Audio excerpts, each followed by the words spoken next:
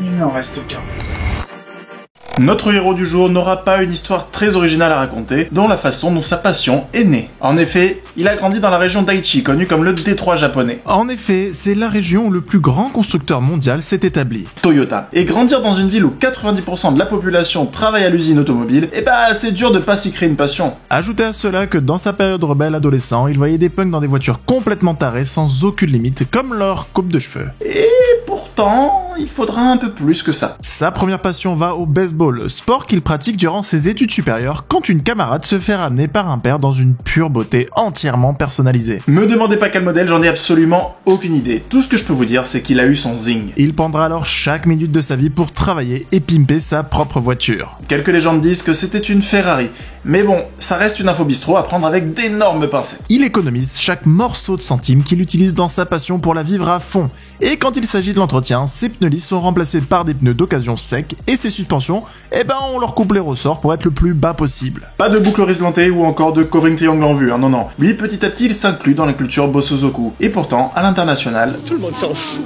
À années 90, Internet révolutionne la communication interpays. La culture japonaise s'exporte à l'étranger. Kato-san, alors vendeur automobile et avec 30 000 € de côté, y voit une opportunité. Et avec cet argent, il décide d'acheter son premier atelier. Liberty Walk est lancé. Tout est dans le nom. Wataru Kato se fout complètement de la vie des autres, il fait ce qu'il aime. D'ailleurs, même ses débuts seront loin des conventions. Un marché souvent ignoré dans le tuning et Kato-san compte bien le saisir. Et il s'attaque à une petite gamme bien présente au Japon. Les Kei-Car. Et oui, ces petites voitures bien plus adaptées aux rues tokyoïtes. Il s'y fera une solide réputation dans ce milieu, transformant de sages Copen en mini GTR. Sauf qu'on est loin de sa réputation actuelle. Et puis les Kei-Car autour du monde... Tout le monde s'en fout.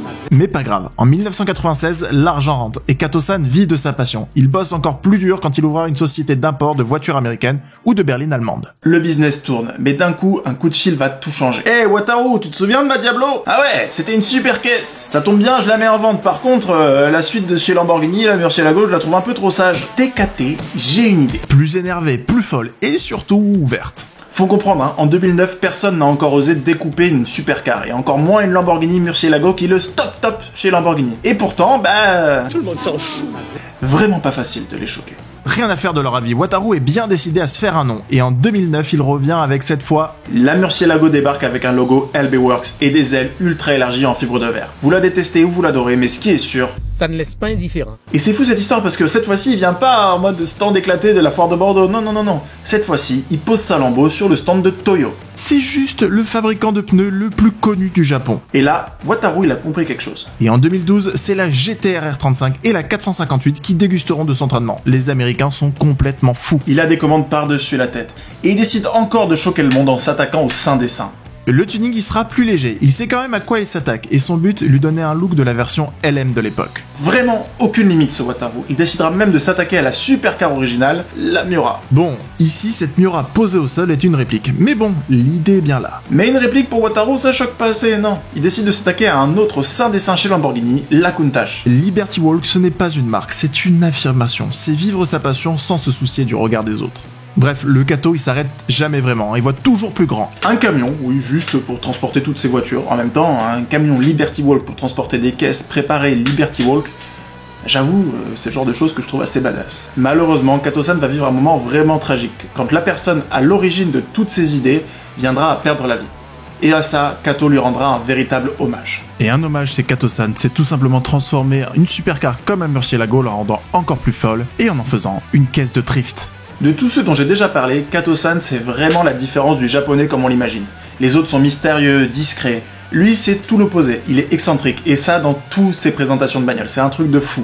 C'est un enfant avec des gros jouets. Fort de son succès, il lancera de nouvelles marques pour bien compartimenter toutes ses œuvres. LB Performance pour les petites modifs facilement enlevables, LB Works et LB Works GT, deux branches différentes, une pour faire du tuning vraiment poussé où il faut envoyer votre voiture au Japon pour qu'elle soit découpée et préparée, et la version GT c'est plus pour la partie compétition automobile. Et évidemment, il n'oublie pas ses débuts. Et non, il continuera à fabriquer des voitures et des Kei-Car sous LB Nation. Il pensera même à vos enfants. Et oui, même votre petit Timéo peut avoir sa Lamborghini Liberty Walk grâce à LB Kids. Imagine all the people living in peace. Ces paroles de Lennon sont avant tout sa vision générale. Un appel à vivre sans se soucier du regard des autres, sans que nous-mêmes, nous ne les jugions. Sauf le covering triangle.